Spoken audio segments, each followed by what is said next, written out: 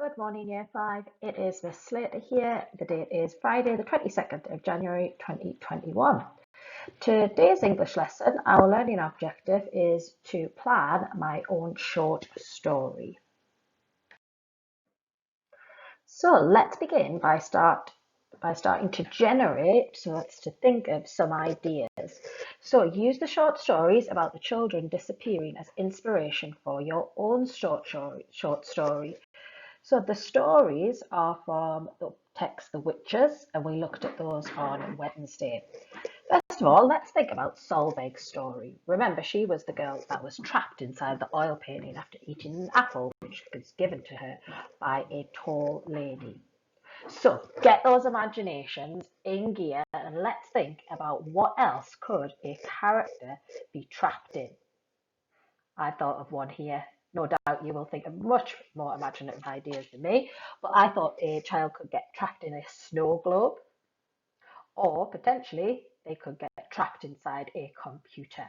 Okay, so if you get any ideas, spring to mind, make a little note of them, and keep that for later, which could potentially be your storyline. Let's think of some more ideas that we could use in our own short story. So two of the children turn into animals, a chicken and a porpoise. Some of the children in school weren't quite sure what a porpoise was. It's similar to a dolphin. Okay. So what other animals could they turn into? Can your animal talk? How do they transform into an animal? Do they start sprouting feathers one day and then turn into a chicken? How do their family react? We saw it quite funny. Some of the families just accepted the animal, like the chicken, and they used the eggs to make omelets. Some of them used the children as umbrella stands, all right? What becomes of that character when they have turned into an animal? I thought they could. A little idea I had is an animal could turn into a pig because I know the witches want to turn the children into disgusting animals, dirty animals. That's what they think of them. This one I thought was quite funny because it had glasses on. I thought this pig could actually talk like the dolphin, like the porpoise could. Sorry. The other one I thought of was a parrot. Now, in the future, I thought that this child that turns into a parrot could start their own band and perform on stage. And lastly, again, thinking about what the witches would turn a child into, I thought that they might turn the child into a rat. So again, I'm sure you can think of much more imaginative ideas than me. Make some notes. What animals could the children turn into in your own short story? Features of short stories we have read. So, in all of the short stories in Roald Dahl's The Witches, there was a mysterious lady is always present. Think carefully about the clues you can leave the reader about witch signals. For example, white gloves, they're always quite tall, that purple glint in their eye. Often they are repulsed by the smell of children. So we want to give the reader those little clues that it is a witch who has turned the children into whatever that may be. Okay. Even though the stories are quite terrifying, there is an element of humour. I know as I was reading it in class on Wednesday, a lot of the children were shocked and surprised, and then often followed by a little giggle about some of the things that happened to the children. In the stories, there were descriptions about the witch, the children, and also the setting, so where the story was taking place. I noticed in quite a lot of the short stories there were different sentence openers. Remember, we've worked a lot around this in class, so it's not always starting with the or then.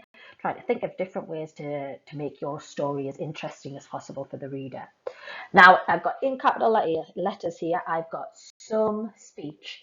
If we have a lot of speech, it can often become very boring for the reader. So we just want short, sharp pieces of speech that take that action forward and allows the reader to get an idea of the character that is speaking. Okay. Magpie, some vocabulary or sentence openers. Remember, magpie just means to steal. Anything that you think looks interesting or that you could use in your own short story. All of the best authors steal from other authors. So let's have a little look. If I'm just scanning through the first text here, remember I'm looking for different sentence openers or some vocabulary that I think is quite interesting. Okay, so we've got quite a little bit of a chatty starter here. We've got well. Remember, you're retelling the story, so it's quite a chatty opener here. We've got another one here, the next morning. We've got a few thens, which is fine. We've got a few pronoun starters as well. Okay, then we're in the second extract here on the right. We've got a nice example of a short sentence there, which is always good for impact. We've got that little bit of speech, but then around it there's lots of action. If I'm just scanning through, I quite think the word peculiar is quite good, meaning odd. And then again, another different type of sentence opener, another day. So rather than just saying then, all right, and then keep on going through. Oh, so then we're telling the reader here, the grandmother is telling the reader what is happening later on to that child. So in 10 years time, in 30 years time. So we get this sense of what has happened to poor Solveig over the years. So have a read through those two little extracts there, or you can go back and read the rest of chapter 2 or watch the little video again to see if there is any other words or phrases or sentence openers that you think that you could steal to include in your own short story. Plan your own short story. So getting down to the nitty-gritty of your actual task today. So whenever you're making a story plan, remember you're not writing in full sentences. These are short notes, words or phrases that trigger a sentence when you come to write it next week. Okay, so we've just got small boxes for you to add in those ideas that hopefully you've generated throughout the course of this lesson. So first one we've got is characters. So you should have, we've got to have a witch in there, we've got to have a child, you might have some family members in there as well. Not too many characters. It's only a short story. We've got the setting. Where is it taking place? So is it in Norway? What time of day is it? Whereabouts is it happening? Is it happening in someone's house, the park? Have a good think about where you want your story to take place. Then that opening paragraph, the beginning of your short story, we want to get a little bit of a description about those characters. So we found out that some of them were girls or boys, and the age of the children, a little bit about their character as well. Okay. Planning continued. Moving forward into the rest of your short story, we want to begin to tell the reader what is happening to your character, the child that is either changing into or disappearing after encountering a witch. Okay, so what happens to them? The ending part could be thinking about what happened to that child in the future. So what did the family do with the child? Were they just an umbrella stand? Were they kept in a pen? Were they just left behind? Did they move around in whatever they were trapped in? Try and think carefully about how we can tell the reader what happened to the character further on in the story.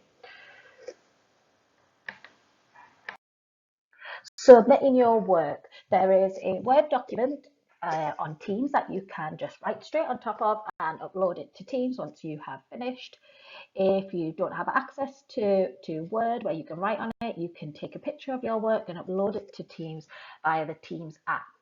I must say big thanks to Mrs. Bostock. She made a short video about how you can take a picture and upload it to Teams just using any smartphone or iPad. So we can actually see your work. And I've got quite a few children who are turning in work, but I can't actually see anything. So it would be really good if I could see some of your work, even if it's just a picture. All right, I've seen lots of brilliant work just uploaded as pictures. All right, so good luck with this. I'm really looking forward to seeing some of your brilliant imaginative ideas, and hopefully they're a little bit better than some of my ideas. Okay. Right, good luck everybody and have a brilliant weekend and see you all next week. Thank you. Bye.